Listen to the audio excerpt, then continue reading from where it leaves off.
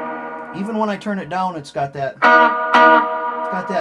huge honk to it. I mean, it should have a little honk, but not that much.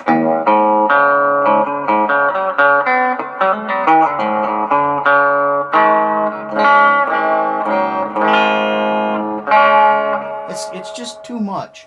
And so I'm going to take these out and I'm going to put the original pickups back in it. Part of me says leave these in here, but the other part of me says the guitar was born with those in it, and that's what I'm going to leave in it. And if you want to play a hot guitar, you've got 5 or 6 others that you can play that are nice and hot. So, oh, we got a little corrosion going on there, looks like. To clean that up, haven't cleaned it up. Okay, so there's your sound comparison. And you probably can't hear it very good on this cheesy little camera. So let's get to the task at hand, and I'll show you how these things all come out and how they get changed. Well, I may have been young and impetuous. However, I did find the parts, and I did keep them.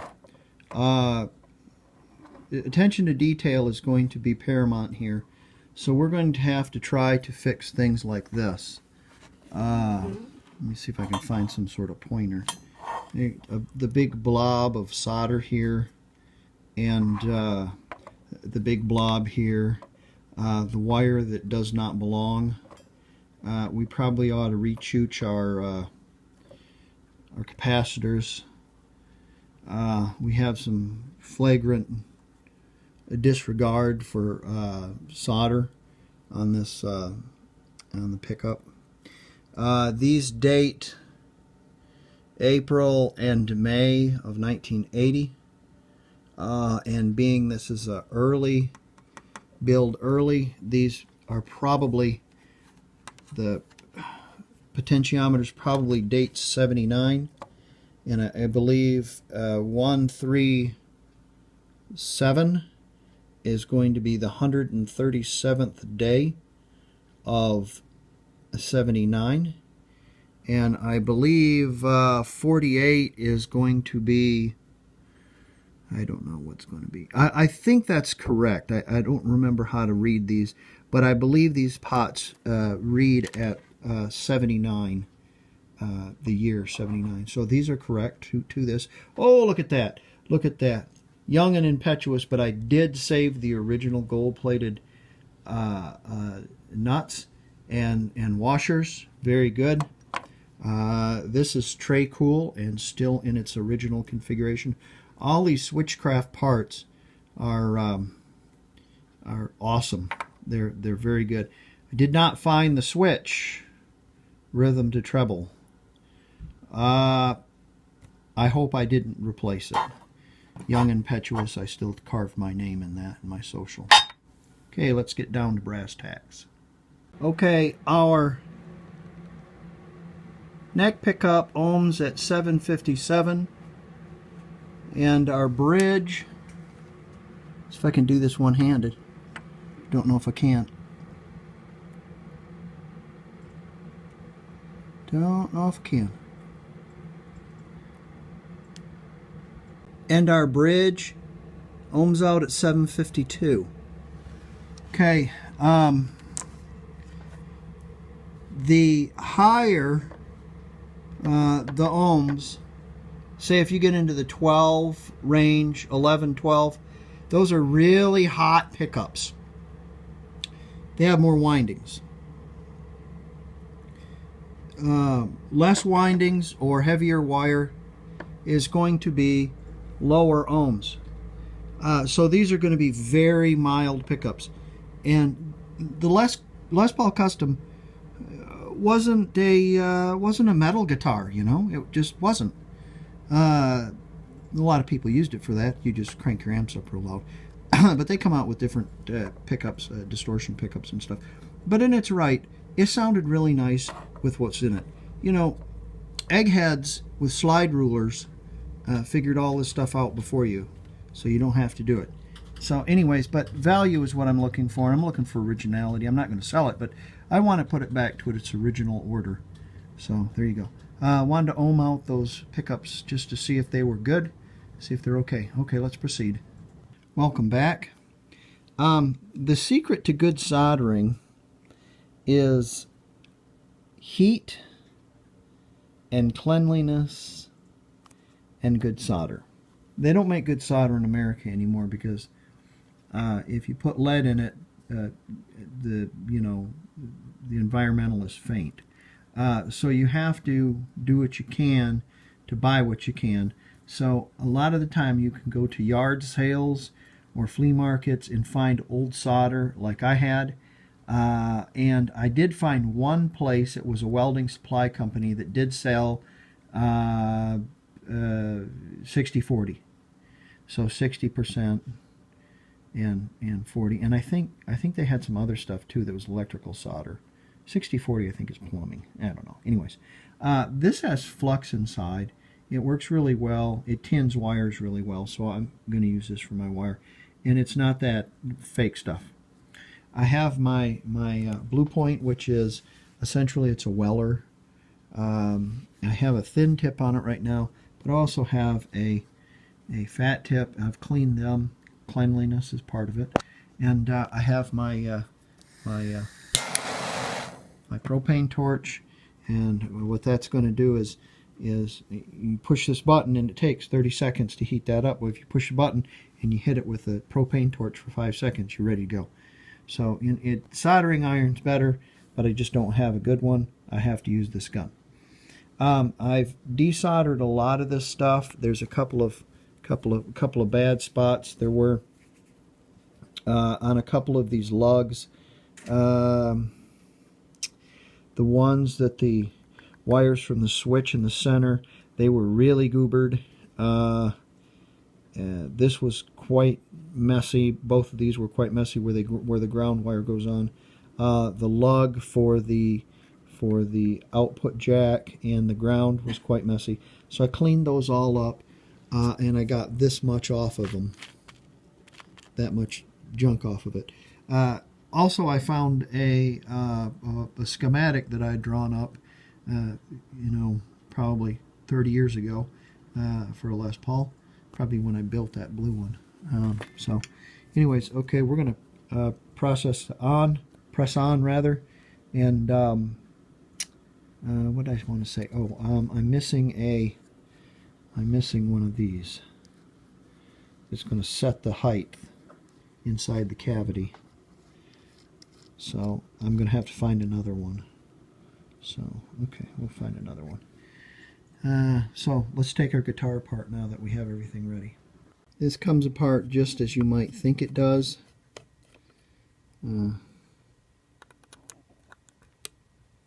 Screws, and there's some nuts that are EMGs, or 10 millimeter metric, and it all disconnects. It's all got quick connects on it. I've taken my strings off, my bridge, and my tailpiece. That's all pretty much self-explanatory.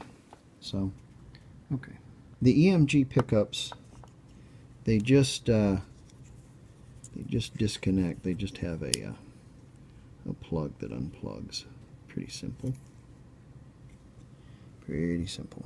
I like to get into these cavities because in these cavities you can see that this indeed is an original natural finish. And there's the person who finished it, signed his name in it. How cool was that? Of course, I just dig the fretwork on it. Has the original frets. They're bound frets and then filed. Again, this is just the Mona Lisa. Just the triplex binding and how everything's put together. It's just a beautiful machine. So all this jazz comes out. I'm going to pull these wires through the other side to the cavity, pickup cavities. Those are your original wires for your switch. I need to take this little Velcro thing. I got some double face tape on it. And then we can set our other potentiometer board in. Okay, I don't know if you can see it, but there's a little wire here, and it's attached to the bridge. It's a ground wire. Essentially what it's for is to, when you lay your hands on the bridge or the strings, you know, they're all connected, it's all metal connected. It doesn't buzz, and I'm going to strip some insulation off this copper wire and twisted it up. I'm going to solder it all, just tin it, and I'm going to use it for the ground wire. It'll appear to be more authentic than a piece of wire with insulation on it. Okay, there's my ground wire attached with a little drop of solder. It's not too bad. Don't forget to put your output jack in first, because you won't be able to get it in there with that in the way. Okay, I tightened my knobs up. You're going to want to pick the pickup with the longest wire. This is going to be your neck pickup, and it's going to set in there in such a way that maybe like this. Certainly not like that. The cavity is right there, so the wire is going to have to be close, so I'll have to look at that and see. And then you have to take the escutcheon, the little ring, off of that. You have to work those with those little springs, and the smaller of the one goes in the front, goes in the neck position, and the bigger one goes in the bridge position. And they are on a yeah, the bigger at front, or smaller at the front than they are at the back. So it's stepping up, kind of. So let's get those in position. Okay, we're going to do one at a time. I have this in. I don't have the height adjusted yet for the strings, so we'll wait until we get some strings on that to adjust the height. Notice that this is smaller than this. Like I said, it goes up in increments, so the next one needs to go on just a little bit higher. I've been very careful not to adjust my bridge, as I had my intonation set already, and I don't want to mess with that. As you can see, the wire has passed through, and it is in the, let's flip this over. Sorry for the messy video. It is in the cavity, and I'm going to remove this. This is kind of, let's flip this over. Now, I have my wires coming off of my switch. The red one goes on the capacitor side of the volume knob for the bridge, and the white one goes on the capacitor side of the volume knob for the neck. Here's our ground wire. We have not attached yet, but there it is. Well, I noticed something too, is originally when they put this together, it had a crack in it there, so it's normal. As Gibson progressed, they got crappier and crappier. The ground of the switch goes on this bus, and the ground wire solders from the jack, and then the hot side of the jack solders to the bus, and the black side of the switch solders to the bus as well, so those two are connected. The pickup that I have here, this is going to be the neck pickup, so the neck pickup is going to solder here, and the hot side is going to solder on the center lug here. And I'm doing them one at a time so I don't get them mixed up. And then, of course, the bridge pickup, the shielding on the outside here is going to solder to the top of this potentiometer, and then the hot side is going to on the bridge. The bridge is the bottom, and the neck pickup is the top, and those are the tone controls for either, and it should work. So let's get these done. Okay, I made it look as nice as I could. I melted that right into the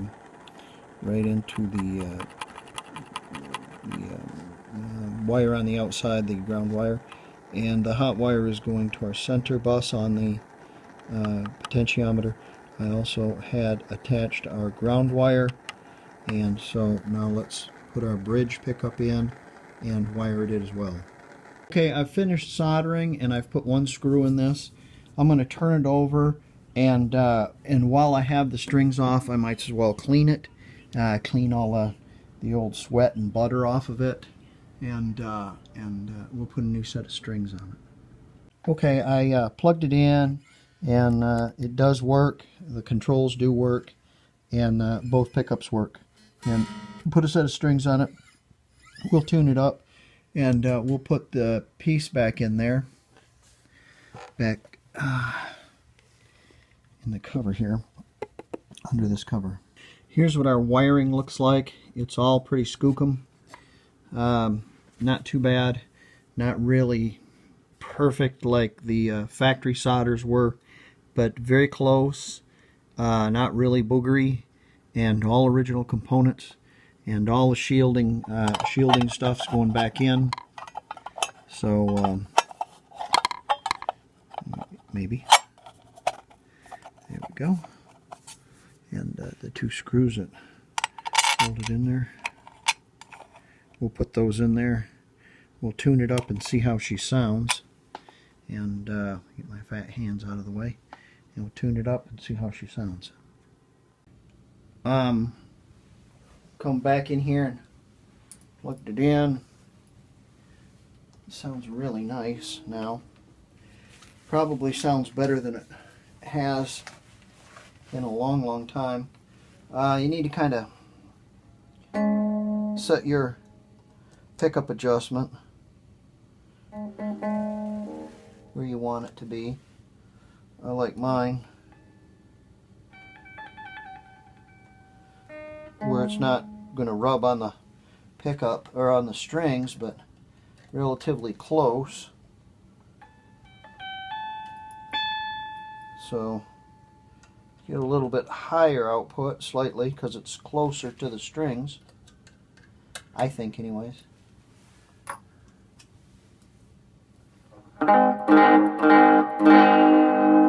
Tone controls work.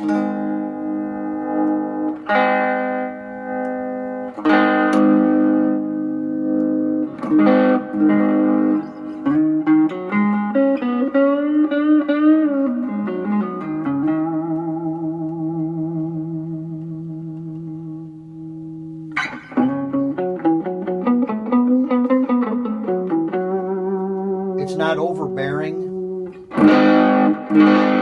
It breaks up just where you want it to.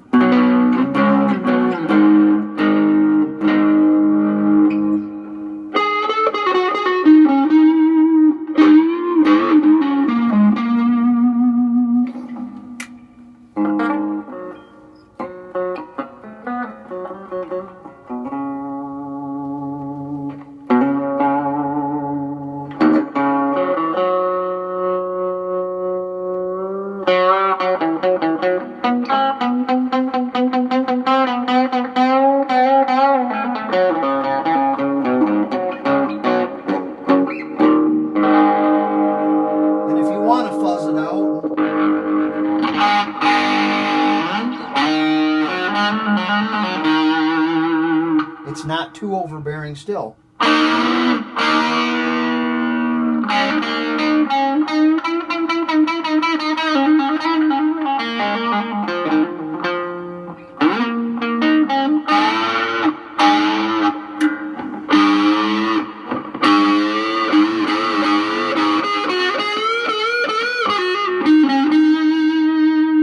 There you go. That's great. Well, thanks for watching. And there it is. It's back in its original configuration, and it sounds better than it's ever before. We took our time. We did a nice job on it, and let's go have an adult beverage now. Here's this little amplifier and that I was playing through, and maybe some of you have noticed this on it, maybe not. And I want to show you what that is. That's my homemade talk box feature. And a long time ago I burnt this amp up somehow. I can't remember how, doing something stupid. Essentially I burnt the circuit into where it plugs in, and I ended up having to get a wall wart, 12-volt wall wart, and run it through this had the ability to put a little battery pack in it, full of C cells, because you want to buy 47 C cells for your amplifier and turn it on for about 5 minutes and then go buy some more. So I put a wall wart into it, and 110 into 12 and 12 into the amp. Anyways, what I've done here is I've I had an old Electro Voice horn, I believe this is what it is, and I bought it from eBay for about $10. It wasn't a lot. And I cut the horn section off of it. You know what a horn looks like. It's a tweeter. It's a speaker is what it is. It's the same thing as that, only this has a compressed sound to it because it has a tighter voice coil, tighter kind of like the little diaphragm, I believe, in it is a little tighter, and it pitches the sound a little better, where this is has a ability to pitch the sound, yes, but it has a little bass to it too. It's kind of an intermediate speaker. I have one leg off the amplifier hooked to both of the speakers, and then one up to the switch, and you can flip the switch back and forth and modulate it between that speaker or that horn, that driver. And if you have it in the driver mode, it will come out this through the PVC pipe that I have, and I have it affixed in there with a little bracket and some of the old standby urethane, and it's in there pretty good. It comes out there to a little like a coupler, and then a screw-in kind of a deal that the 1/2-inch hose can fit on. Let me put this back together and I'll show you the upper portion of it. Stuff that back in there, and then this should go. Notice I'm saying should.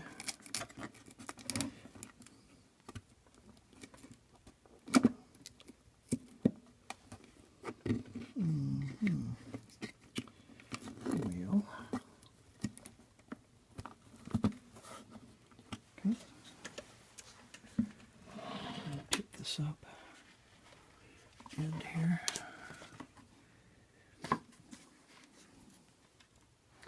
and then you can speaker up front, or the driver comes out this hose. This piece here is essentially, it's just kind of like a microphone stand. I have a piece of PVC screwed into it, and these are not connected, so you can adjust it to however high you want it, depending on if it's sitting on the ground or if it's on a chair or something. And these sections all come apart. I just cut a bunch of different sizes, and you can add to that. The hose comes out, or the sound comes out through the hose, comes up through here, duct taped on, and comes out here, and you're going to put this end in your mouth. You kind of put it right in the corner of your mouth. I just cut a piece of this, and the hose goes in one end, this hose goes in the other, so you could take this section out and wash it, because this is going in your mouth, and somebody else puts their mouth on it. It's kind of gross. So we're going to hear what this sounds like. We're going to use this machine here to drive it. It has nice big juicy fat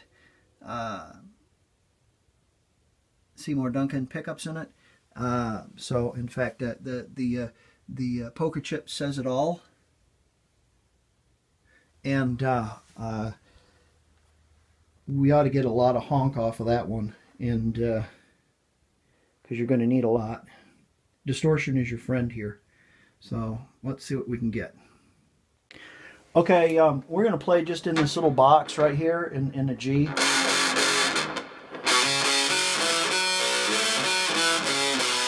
You can get plenty of vocal sounds out of that.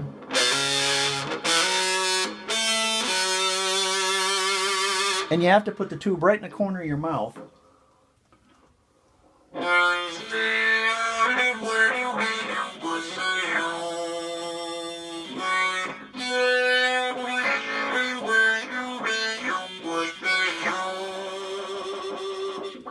See?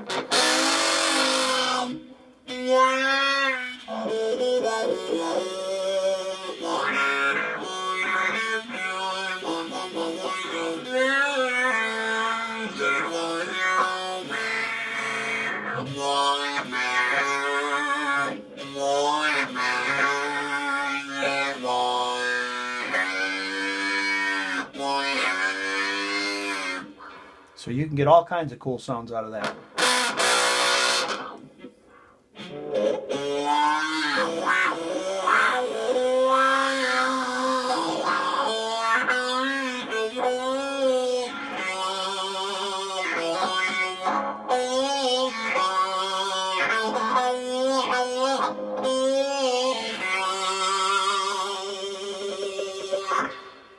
How about that?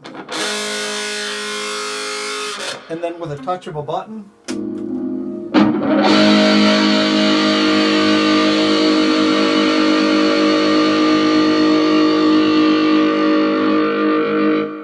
have a good one, guys.